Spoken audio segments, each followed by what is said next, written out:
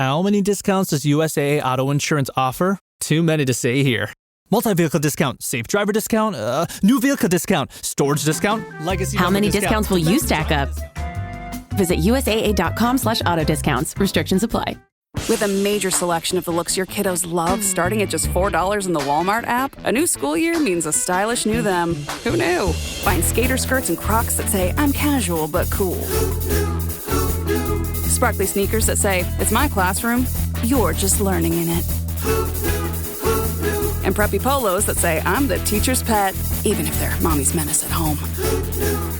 Find their favorite styles starting at just $4 in the app. The Walmart you thought you knew is now new. Before we begin today, please note this episode includes discussions about sensitive topics such as cyberbullying, suicide, and mental health struggles, which may be distressing for some listeners. If you or someone you know needs support, please reach out to mental health professionals or contact the National Suicide Prevention Lifeline at 988. Okay, enjoy the show. What if I told you there's a 26-word sentence that turned the internet into a monster and set off a chain reaction that might be hurting us all? Today, we're continuing down the rabbit hole of the law that keeps companies like Meta, Twitter, whatever it's called now, YouTube, that's Google, you name it, from getting sued for what you post. But as misinformation spreads and young users are facing more and more harmful algorithms online, there was a big mistake made a long time ago called Section 230. We're going to get into that. And if we're going to change it, how far should we go? Is it time for Congress to hit delete on the rule that built the internet? To help us unpack all of this, we've got former Missouri Congressman Dick Gephardt. He served as both the majority and the minority leader of the United States House of Representatives. He's now co-chair of the Council for Responsible Social Media, a group of leaders calling for profound change to address social media's impact on our mental health, civic life, and public safety. Welcome to What the Hack, the true cybercrime podcast. I'm Adam Levin. I'm Beau Friedlander. And I'm Travis Taylor.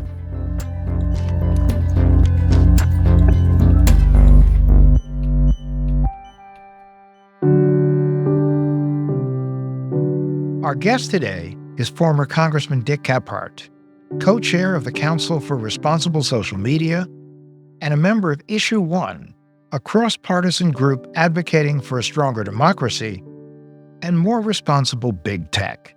Dick, thanks for being here. Thanks for having me. Can you tell me a little bit about Issue One for our listeners who may not be familiar with it? What is Issue One? Issue One, it's been around for about 12 or 13 years, and its initial mission is to try to reinforce our democracy, our experiment, our 250-year-old experiment in self-governance. And in the initial time with the organization, it was trying to bring about reforms in Congress that would enhance our ability to continue to be a self-government country. And the first thing we worked on was trying to get campaign finance reform. Our belief was that the amount of special interest money in politics was breaking people's trust and faith in our self-government, and that we needed to put some guardrails around it. We needed to put some limits around it. When I was in Congress back in the day, I worked on the last campaign finance bill that ever got passed. It was called McCain-Feingold. And we put limits on what you could give to political campaigns. So it was a continuation of that effort. And then we've also set up an organization within the House of Representatives that would bring about needed reforms for their ethical process and other procedures that they'd had in place for a long time. And now we've moved on to the social media information culture problem that we think really is making democracy, our self-government, founder and fail, not only in the United States, but around the world. Can you tell us a little bit about the Council for Responsible Social Media? Sure. So about 3 years ago, we established the Council for Responsible Social Media. Our initial concern that we were trying to address was the negative impact that social media was having on both our democracy and on our children. I was in public service for 35 years. I had town hall meetings almost every week. I'd have 200 people in a church basement or whatever. And we had all the issues we have today. We had conspiracy theories expressed. We had all the issues, abortion, guns, whatever. And people would express themselves. Sometimes it was heated and difficult, but people at the end of the meeting were still willing to respect one another and listen to one another. Of late, I had been noticing 3 years ago that what's happened to our information culture, what's happened to our political culture. Why do people so bitterly hate one another? Why are we so polarized that we can't seem to solve problems anymore with compromises? One of the guardrails you referenced and the Council supports is passage of the Kids Online Safety Act. COSA is bipartisan legislation co-authored by Republican Marsha Blackburn and Democrat Richard Blumenthal, who came on What the Hack a few weeks ago. COSA passed the Senate with a huge 91-3 vote, but right now it's stalled in the House of Representatives. I don't understand why the House members aren't approving it. There is such overwhelming public support for it. We've all heard powerful testimonies from organizations and parents who've gone through real tragedy. On our show, we spoke to Kristen Bride, also a council member, and John DeMay. Both of them tragically lost their sons to suicide after harmful experiences on social media. And it's not just parents. We've also heard from kids whose lives have been completely shaken. All of this shows us that the risks kids face online aren't just hypothetical, they're painfully real. So one of the mothers on our council told me the story of what happened to her son. He said he came to her one day with his phone and he said, "Look at this. This is funny." She says, "What is it?" He said, "It's the choke challenge." She said, "Oh, don't get involved in that. That sounds dangerous." He said, "I never would. I just thought it was funny." A few weeks later, she finds him hanging from his belt in the garage, dead. So why did that happen? How did algorithms or AI cause that? Well, let me tell you how it caused it. He probably went on the platform or something and asked questions about eating disorders or being depressed or thinking about cutting himself. So the learning AI knew that and so automatically drags him into a site that would encourage him to kill himself so that they could keep his attention. And the leaders of these companies know what they're doing. This is evil. And we have to pass this kind of regulation to keep them from being able to do this. Once again, we're talking about Section 230, aren't we?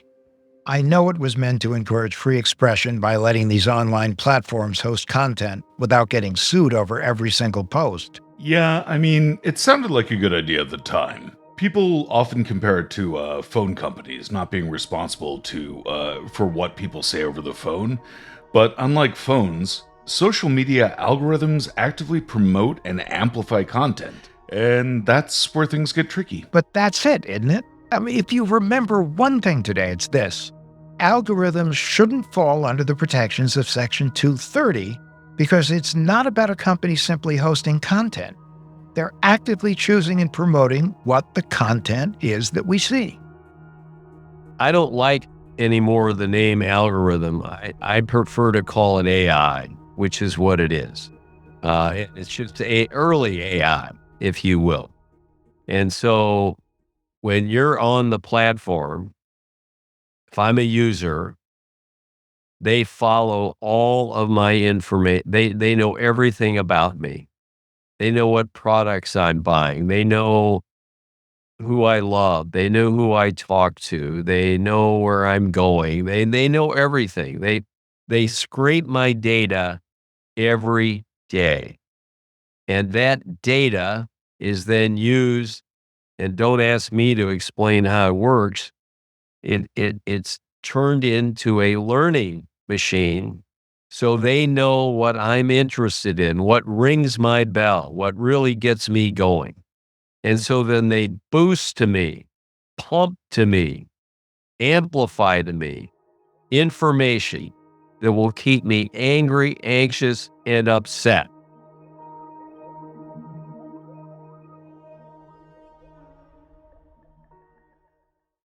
Hey, it's Paris. You know I love sparkly things, right? Like stars. Duh. And thanks to Hilton and AutoCamp, I just slept under them. Picture me, serving looks by the fire outside my luxurious Airstream, making s'mores with the kids, while a national park is our backdrop. The great outdoors meets Hilton hospitality. That's hot. Explore all the new ways to stay at Hilton.com. Hilton for the stay. This episode is sponsored by Friskies, who would like to tell your cats hi. Now, if that didn't get your cat's attention, there is one thing that always does the trick. Just pour some Friskies crunchy food in the bowl and you'll hear those paws come running. Works every time. With so many Friskies choices, you can always bring your cats running from their secret napping spots. There's always more to explore. See for yourself at friskies.com or visit your local store. So how did Section 230 ever become law? In 93, they came to us and said, if you don't make us exempt from liability, you're never going to have an internet economy. And these little companies, Google and YouTube and whatever, will never have any size or breadth. And secondly, we're just a dumb pipe. We don't put any content on. The people put it on, so you can't hold us liable. We bought that. We shouldn't have. But maybe even then, they didn't know what they were going to be able to do with AI. So we're trying to get an amendment together to Section 230 that would say if your algorithmic behavior, and we'll have better legal language than I'm giving you, but if their algorithmic behavior causes harm to kids or anybody else, then they are liable in a court of law. You're right. It would be better to scrap 230, but it would also be better to, there's a lot of things that would be better if we could just make them again. An algorithm is feeding content. And what I worry about is these algorithms have demonstrated harmful effects to all stripe of people. Like, it's not just kids. There are adults who are going down rabbit holes that are harmful, that are feeding them information that are making them crazy. And in my opinion. And so, at some point, I think that the algorithms that are being created we know they're harmful, but they should be legislated. And is that ever going to become a question of free speech? In other words, it's the way that information is transmitted. Like a newspaper is a piece of technology. Well, these algorithms are a piece of technology. Is that something that people are talking about? Absolutely. The analogy here is the difference between a bookstore and a publisher of books. And what we're hoping to get to is a concept with social media that if their affirmative, active behavior is causing harm to people, they can be held liable for the injuries and the damages that are being created for people. And so we're trying to look to the past where we've applied other legal concepts to other kinds of organizations and pull that forward to deal with social media. We can't stop them from using algorithms to boost information to people, even if it makes our democracy much harder to continue. And So they're trying to keep people's attention. So they're boosting to them information to keep them angry, anxious, and upset. So they keep their attention and their ads are more valuable. That's the way it works. You've mentioned a couple of times guardrails, and I was wondering if you can give some specifics as to what that would look like. If you look back at the auto industry, many years ago, we put guardrails around the auto industry. We said that there are regulations that they have to comply with so that the vehicles they're producing are safe for people.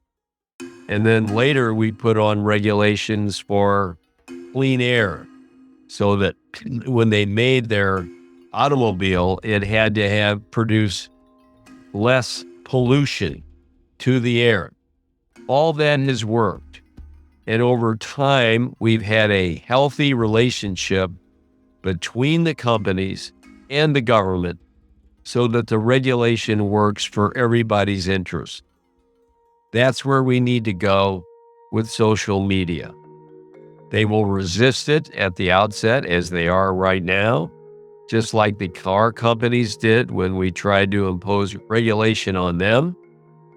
But eventually, you get to a place where the companies work hand in hand with the regulators to get the best result for everybody. I used to be on the board of Ford Motor Company, and almost at every meeting, we heard from our government relations people about the relationship with the federal government on safety and environmental regulations. And it worked well. And we made great progress. We can do the same with automobiles. One of the arguments put forth during the KOSA debate in the Senate was that no one is trying to restrict free speech, that this was a defective product issue, which is, I think, this is what you're addressing when you talk about regulations regarding automobiles, finance, drugs, or airplanes. But let's take a look at just the sheer size of these platforms. A lot of people say, look, they're so huge.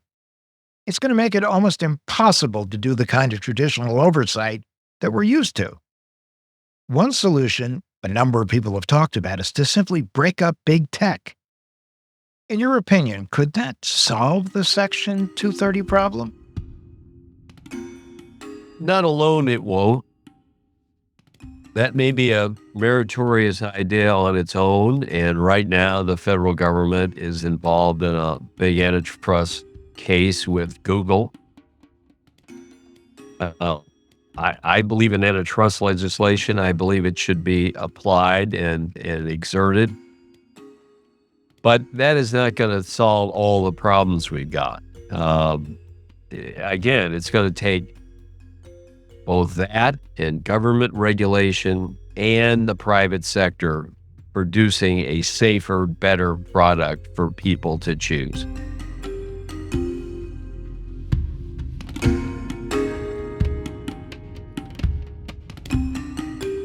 I think one of the issues that we run into here is that a lot of problems on social media come down to how people just treat one another. How would legislation affect the way that people interact with one another, mostly in relative anonymity online? Yes, it's a very real problem and a great question. And I don't think there's any way to really regulate that. I think we have to look to the private sector to come up with healthy alternatives that people will choose to engage with. There's a group that's already started called Says Us that is out there right now trying to port people over from Facebook or whatever onto their platform. They have complete privacy. Most importantly, you have to have identity if you're on the platform. Any user has to be able to know who you are, that you are a human being. You're not a robot. And you have a reputation for honesty and veracity, whatever. So they have a kind of a rating thing that goes on for, are the people you're talking to, the people you're listening to, are they honest? And, it doesn't mean you have to agree with them, but are they honest human beings? And so there's no algorithms. They use no algorithms. So this is the kind of innovation that has to go on in the private sector so that we have better, safer, healthier products for all of us to choose from. Australia has just passed a law that is going to take effect next year that will make it illegal for anyone under the age of 16 to be on a social media platform. Illegal. And I think that the reasoning here, let's go back a little bit to the harmful effect of algorithms. Now, we all know that algorithms, if I can get an algorithm pointed at you and you start reacting to it, I can actually change what you think. And maybe not you, but I can, a lot of people are susceptible to having, especially digital natives, not even realizing that they're being led by the nose to an entirely different worldview. And so I think it makes a lot of sense that children aren't allowed to be in an environment where they can be manipulated like that. What do you think about the Australian move? And would something like that be possible in the United States, especially the now very libertarian-oriented regime that's about to take over? How do you think about that? I think an age requirement for being on the internet is a good thing. And I wish and hope we could pass something like that in addition to COSA and other things that we're talking about. And I think you might be able to get bipartisan support for it. There are groups, as usual, with any legal suggestion who would come out against that. There are, for instance, groups that are worried about the LGBTQ community, denying kids the ability to be on the internet so they can seek help from people who they should seek help from, whatever. And so there's always, as usual, complaints that come from different quarters. But I think on the whole, that's a positive thing to do. One of our members is Jonathan Haidt, who's a scholar and a professor at NYU. Oh, yeah. He wrote The Anxious Generation. Fabulous book. Yes. And he's written lots of stuff about the problems for kids. And he has been a long time supporter of age requirements. So, yes, I think there is the possibility that we could get something in that area done in the next year or two. We know that the EU has passed laws now that more strictly regulate social media platforms. And if those platforms, since they are global, are going to be bringing their conduct in line with EU regulation, why are they claiming it would be so difficult to do that in the U.S.? Well, I think the reason is obvious. They don't want to give up the revenue that they get from their most important market. So, of course, they're going to say that. My hope has been that we could emulate more of the EU regulation that's already out there so that we could sync up with them to make more progress across the board. But that's been very difficult right now. There's a lot of, people in the United States who would say, oh, if it comes from Europe, we don't want any part of it. So that's a hard job to get that done. But yes, if we could get more of the kind of regulation that they have already passed in place, that would be great. We've also got efforts that have gone on in like California for kids' safety. And other states are looking. I went up to the state of Minnesota and testified about 8-10 months ago about a bill they were trying to pass. So We need to push efforts at all levels in all countries to try to get our arms around these problems.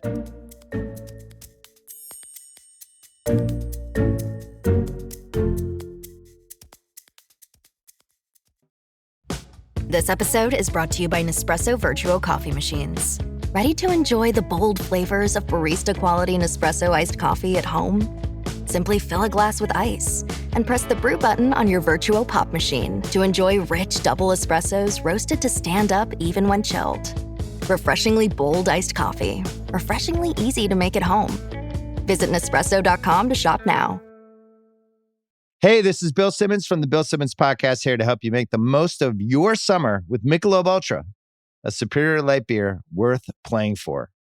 Play for it with the guys when you're competing to see who can sink more birdies on the golf course, because winning tastes even better with Ultra on the line. Play for Ultra. Fill your fridge with Michelob Ultra this summer. Enjoy responsibly. Copyright 2025 Anheuser-Busch Michelob Ultra Light Beer, St. Louis, Missouri.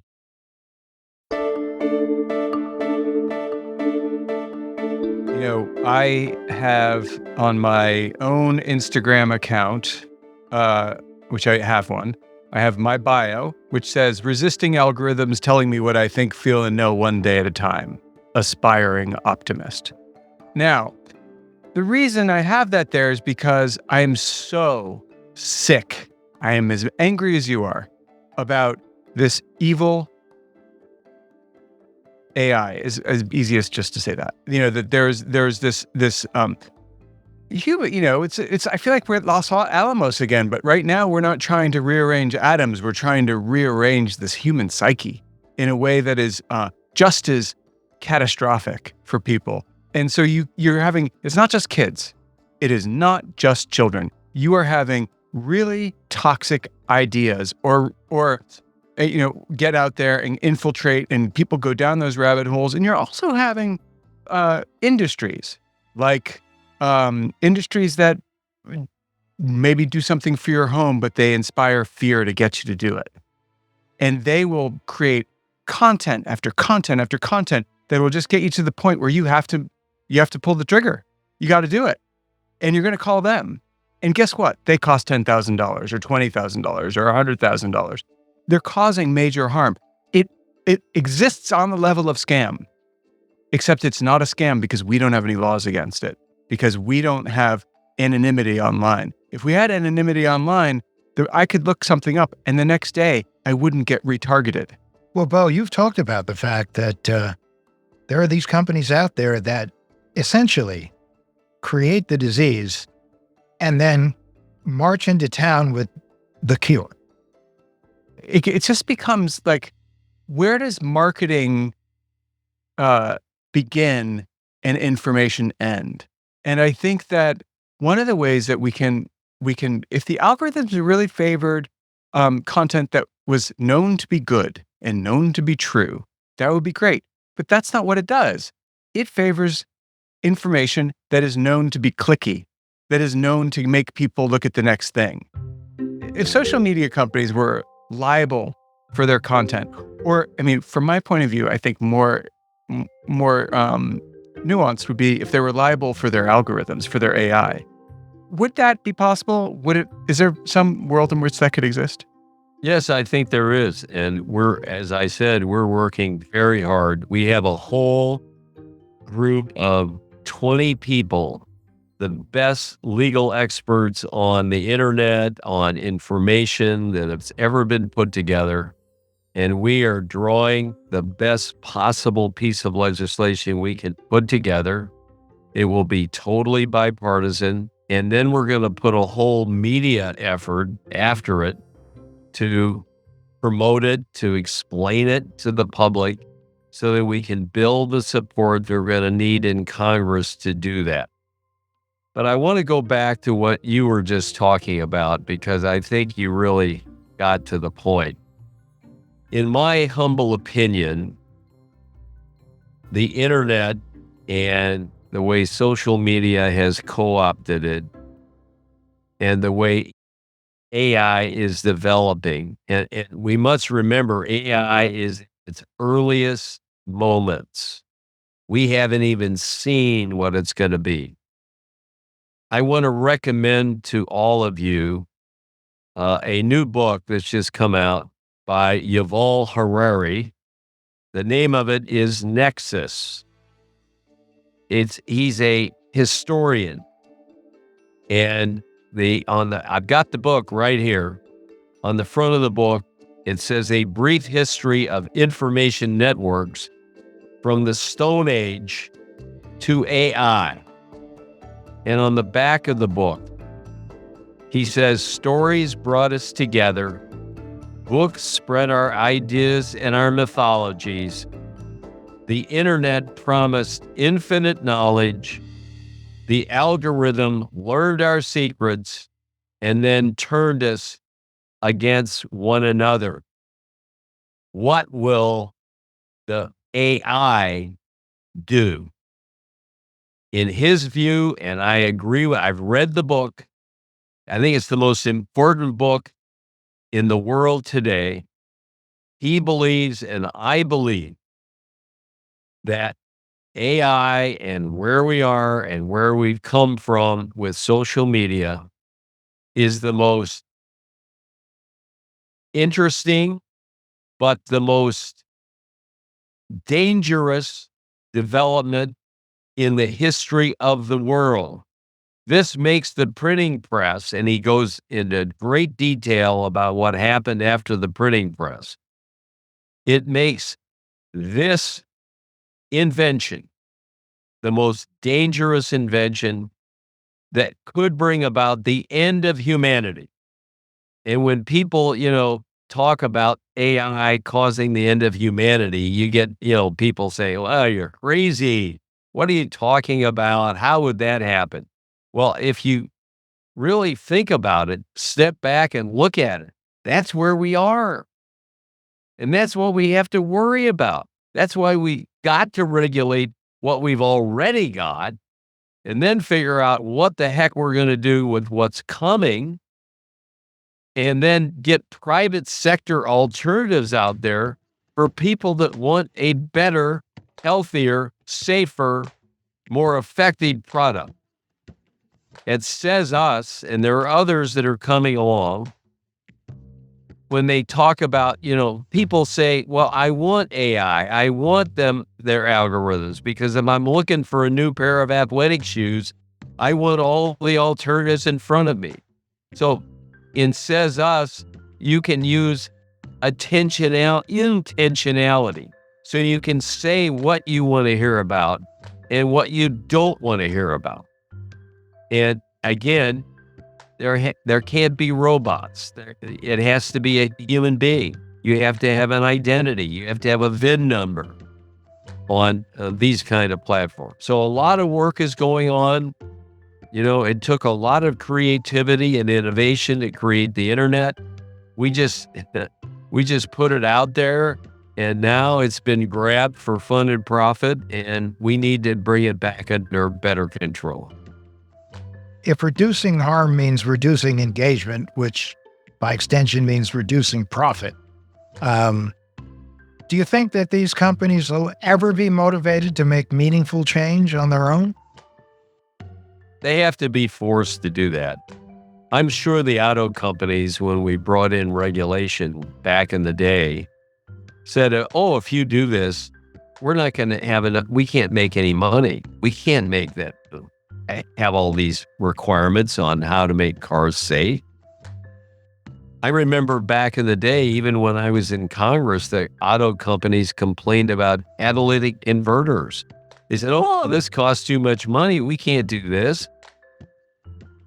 When I used to fly out to Los Angeles for events 40 years ago, you wouldn't believe it, when you came into the Los Angeles Valley, 24/7, 365. You always landed in brown, thick smog. Today,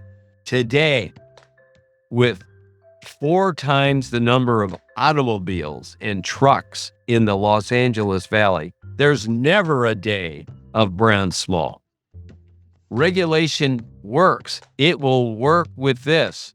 It won't solve all the problems, but it will solve some important problems. And then the private sector has to be encouraged to bring forth better products as well.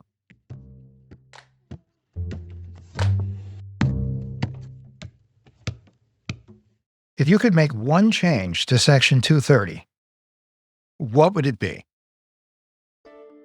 That the platforms would be liable, legally liable, for harms that are caused by their AI or algorithmic behavior. It has to be described correctly legally, but that would be the point. Let me give you a clear example. Some of the mothers that you've probably talked to on this platform you have told you that they tried to bring lawsuits against the platforms that drug their kids into suicide. And the court immediately threw it out because of Section 230. It took 10 minutes to throw it out.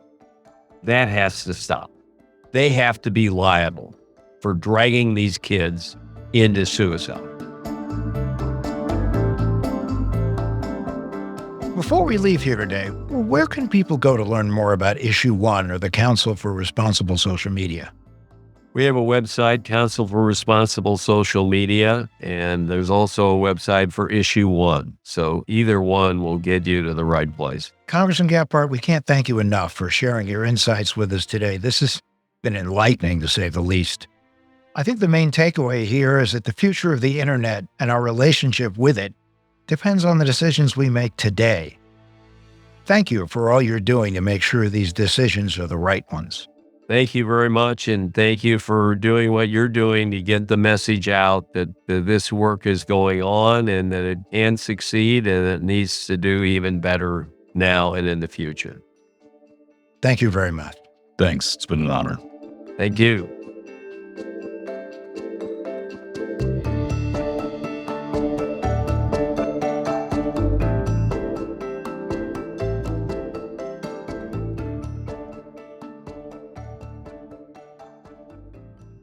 Okay, so it's time for the tinfoil swan. Our paranoid takeaway to help keep you safe on and offline.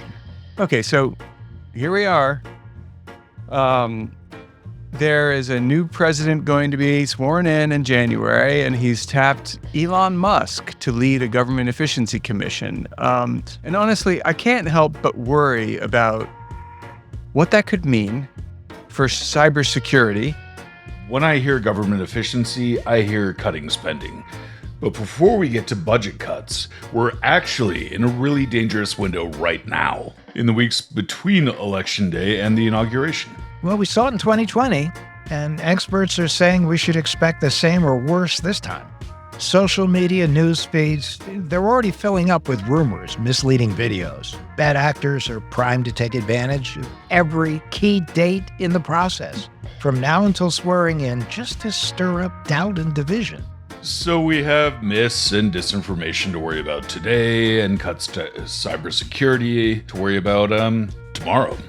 All right, so here's the deal. In the name of efficiency, a lot of budgets are going to get cut. And in the name of efficiency, important stuff always gets killed. From my point of view, it's the arts matter. But here, I don't trust the people in charge to know what to protect. And cybersecurity is going to be a major, major issue that I think they're going to get wrong. Think about it. If cuts happen, we might not have enough funding to handle even basic monitoring and threat response. It's like handing hackers welcome mat. And for those of you that might not remember what happens when we don't invest in cybersecurity, well, let me remind you of SolarWinds and Colonial Pipeline. These were breaches that led to widespread chaos and high-stakes risks to essential services.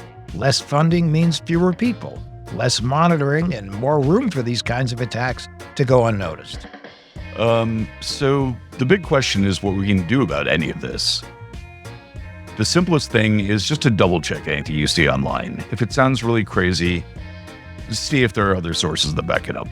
And with potential cuts to federal cybersecurity resources, be cautious with any communication you get from any government agency. Scammers love to pose as government officials or agencies. And if you get a request for sensitive information or for money, don't take it at face value. Verify the contact information before you reach out.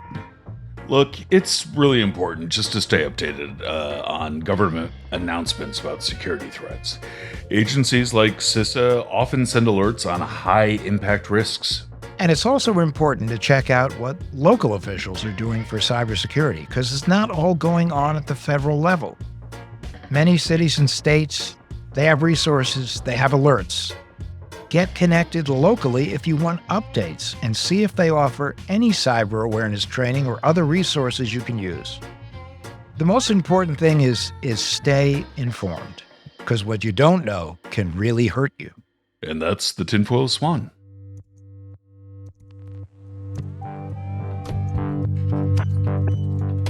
What the Heck with Adam Levin is a production of Loud Tree Media. You can find us online at adamlevin.com and on Instagram, Twitter, and Facebook at Adam K. Levin.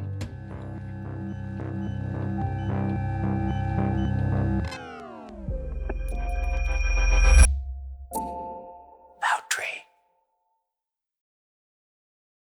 Behind every empire are the people history tried to forget.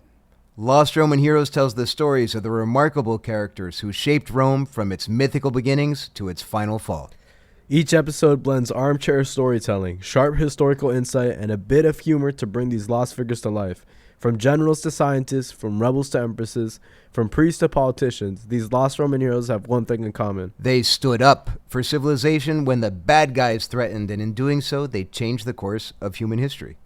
If you're into history that's vivid, surprising, and deeply human, this show's for you. Behind every great meal is a person with a story to tell. Hear them on Culinary Characters Unlocked, the podcast that reveals the lives behind the food. Hosted by me, David Page, Emmy Award-winning journalist and creator of Diners, Drive-Ins, and Dives, as I talk with everyone from culinary legends to mom-and-pop standouts about the creativity, grit, and passion that shape the food we love. Follow Culinary Characters Unlocked on Apple Podcasts, Spotify, or wherever you get your podcasts.